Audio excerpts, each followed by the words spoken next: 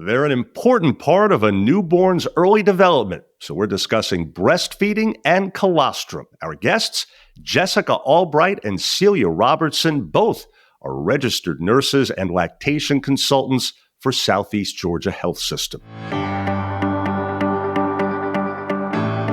This is Health Matters from Southeast Georgia Health System. Thanks for joining us. I'm Joey Waller. Jessica, Celia, welcome aboard. Thank you for having us. Great to have you. So this is an important topic, of course, and great to have two experts. First, I'm wondering why each of you chose this particular specialty. How about you, Jessica? Breastfeeding is very important to me, and I breastfed all four of our children. They were all different experiences, which really opened my eyes up to everything. And during my nursing career, after our third child, I asked my lactation consultant, how do I get your job? And she told me the pathway to take. And after our fourth baby came along, I decided I want to do this. So I started that and found employment in 2011 and began working with a wonderful group of IBCLCs at the hospital I came from. And I love helping mothers and getting them through their journey of breastfeeding. That's awesome. And so a situation there where breastfeeding for children moved you toward this as a career. And so how about you, Celia? Well, I started my nursing career in the neonatal intensive care unit. I worked there for 20 years in numerous different roles as a bedside nurse as well as an educator, and then combined those. But I saw the importance of colostrum, breast milk, what we're talking about today, and the breastfeeding and bonding experience for families. I love working with families, so I went back. I got my IBCLC and became a lactation consultant in 2018 so that I could even provide more integrated care for families. And it's such an important aspect of a baby's health and a mom's health. And so I love working with families. I love working with babies, and I love seeing them succeed in however they choose to feed their family. Awesome. So basically, one of you got started sort of from the outside looking in, so to speak, and the other was already getting an inside look. So Jessica, back to you. And regarding your role, what's a typical work day like for you? I'm sure everyone is a little bit different in its own way, right? It sure is. We are inpatient in the hospital, and we like to see every breastfeeding mom before they go home. We are there for feedings. We are there to answer a lot of questions and to help them with a strong beginning. The first week or two is a lot to learn your baby and have your baby learn also how to do it. And we're helping them through that process. We also answer a lot of phone calls. Moms, after they're discharged, will call us with common questions, and we walk them through those and some things to try at home. And then if they are needing assistance, they come in and see us, an outpatient. We have a nice outpatient facility with a rocking chair and kind of a quiet space where we can meet with them and see what's going on and make a plan. And speaking of which, you led me beautifully into my next question. Celia, as mentioned, you provide the inpatient support and the outpatient follow-up. And so tell us about the events, classes, support groups for mothers in need of that help. Like Jessica said, we have a wonderful outpatient facility to see these moms after they're discharged. And dad's partners come with mom and baby. So that's a wonderful follow-up that Southeast Georgia Health System provides. It's amazing.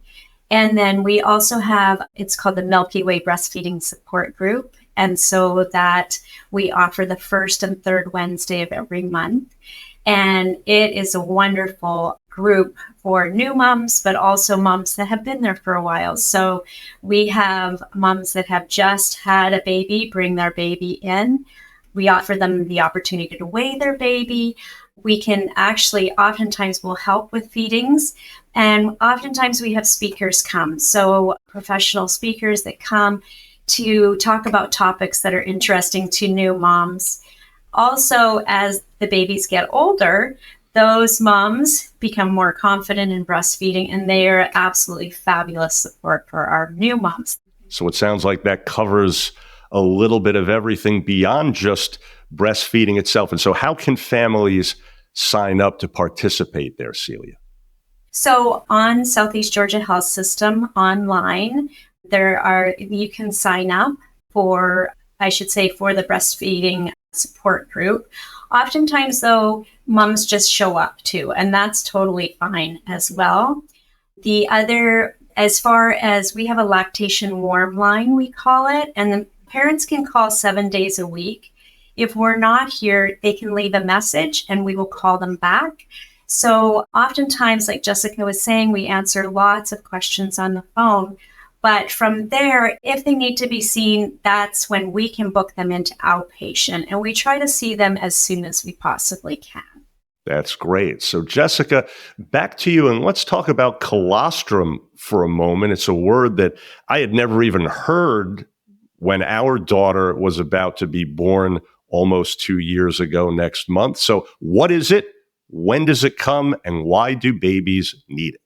Colostrum is meant for the newborn. A mother's body starts making this during pregnancy, actually in the first trimester. So it's preparing for the baby early on. And this small, very potent, concentrated milk, we call it liquid gold also, it is intended for our newborn. It is packed with antibodies that help the baby's immune system, also proteins, fats, and sugars. So it's everything the baby needs. And it coats their inside, their gut health. We talk about that a lot these days. Helps them be prepared for mature milk that will come and change on day 3, 4, and 5. So colostrum is just what the baby needs. And the mom's been making that all through pregnancy. Really amazing. So, Celia, a new trend, relatively speaking, is called harvesting colostrum at the end of pregnancy. And so what is that and what's its benefit? Around 37 weeks, some literature is showing even 36 weeks, moms can start doing hand expression and collecting that colostrum ahead of time.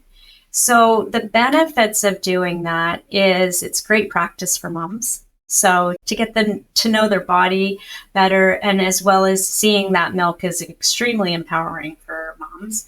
But also on top of that, they can freeze that milk and they can bring it into hospital.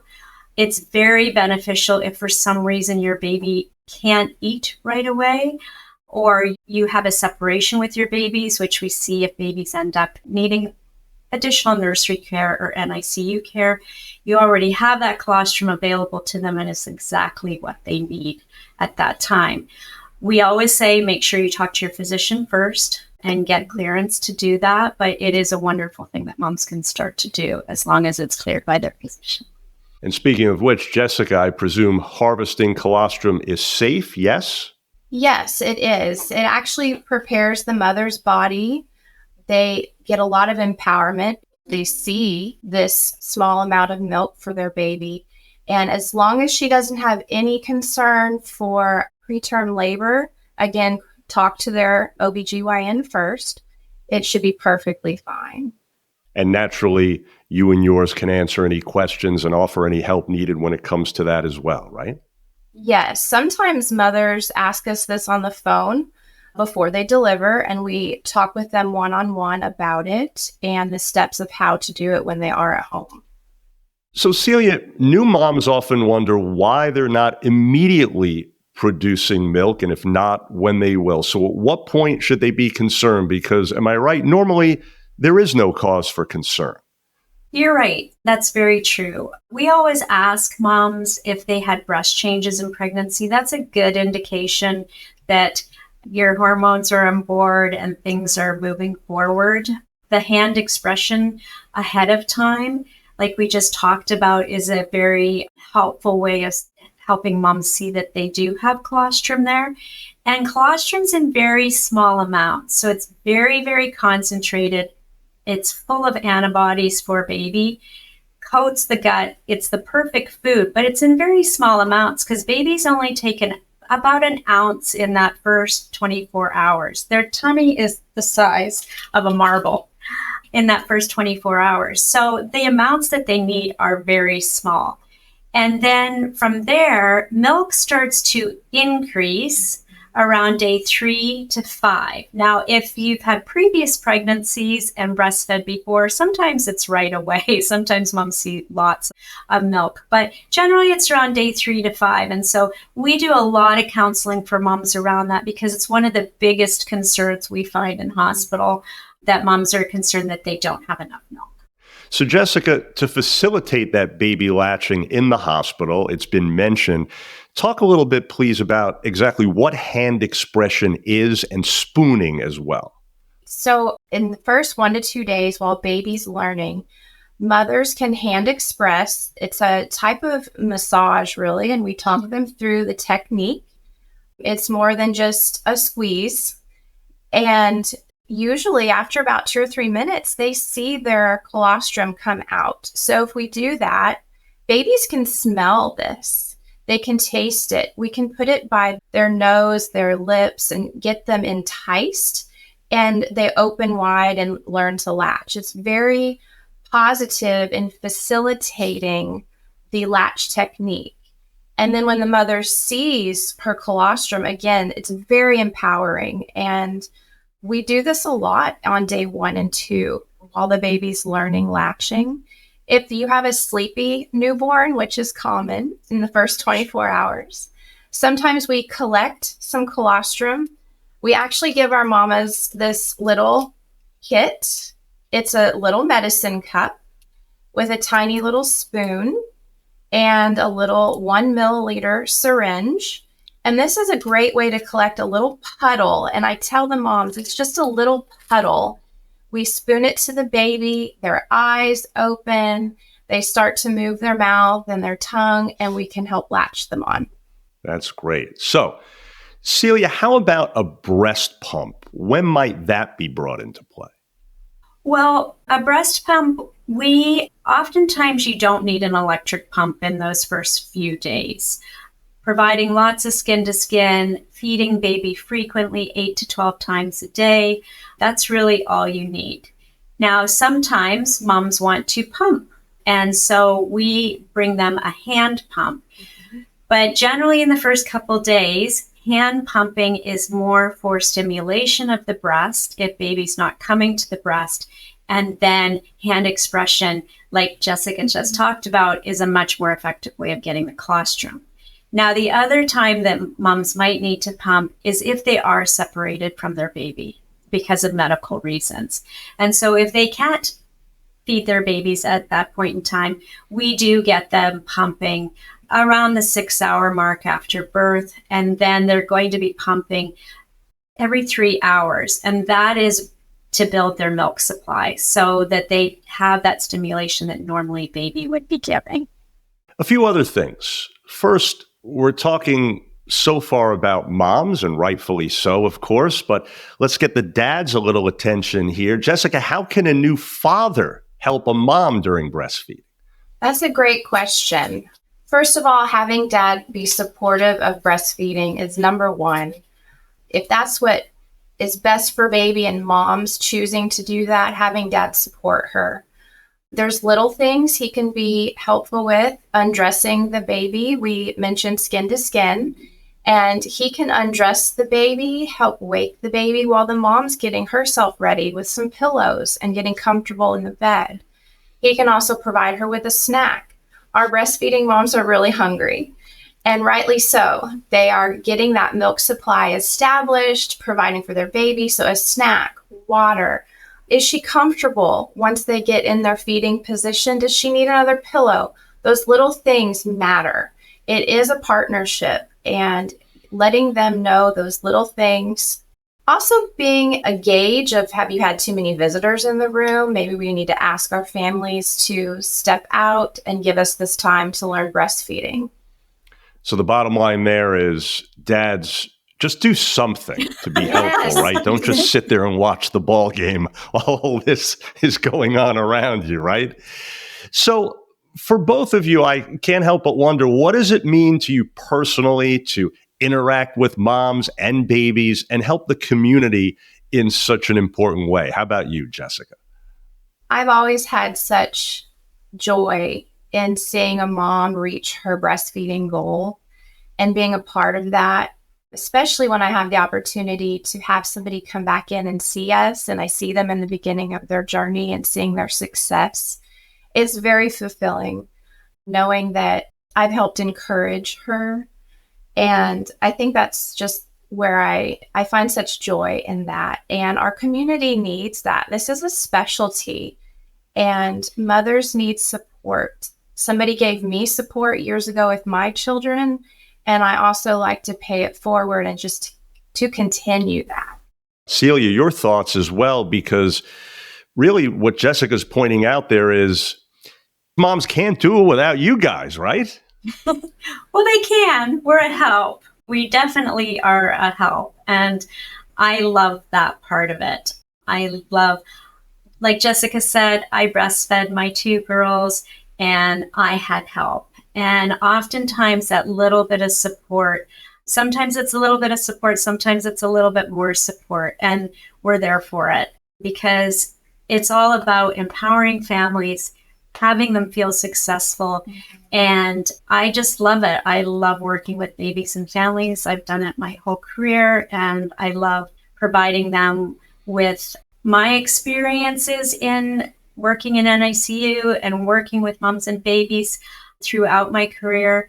But also I learn from them as well. So I love that Southeast Georgia Health System provides this for our new families. And speaking of providing, Celia, let me ask you as well, congratulations are in order. The lactation department recently earning the 2023 IBCLC Care Award for implementation of the Milky Way, way as in WEIGH. So what is that, and how did you earn that great distinction? Well, full disclosure, I wasn't here when they won it. So I got to now partake in it. And it's wonderful. Like we talked about, it is our wonderful support group, fully deserved to win an award on it because it really has brought a lot of moms and the community together. And it continues to grow, which we're excited about. And Jessica, I'm gonna defer to you on that because you were an instrumental part of building that. So during COVID, a lot of support groups that facilities, hospitals were offering had to come to a halt. And after COVID restrictions were lifted, it was very important to us to restart our group and let the families of the community know that SGHS finds this important and part of their breastfeeding journey. So we reestablished and we tried to think of some creative ideas to bring moms in and what do they need. And it really took off. So this award was for re-implementation and building that community support group. Well, congratulations again on that. Folks, we trust you're now more familiar with breastfeeding and colostrum. You heard from both our guests. They call it liquid gold. Jessica Albright and Celia Robertson, thanks so much again, and keep up all your great work. Thank you so much. Thank you. Absolutely. And for more information, please visit sghs.org/breastfeeding. If you found this podcast helpful, please do share it on your social media. I'm Joey Waller, and thanks so much again for being part of Health Matters from Southeast Georgia Health System.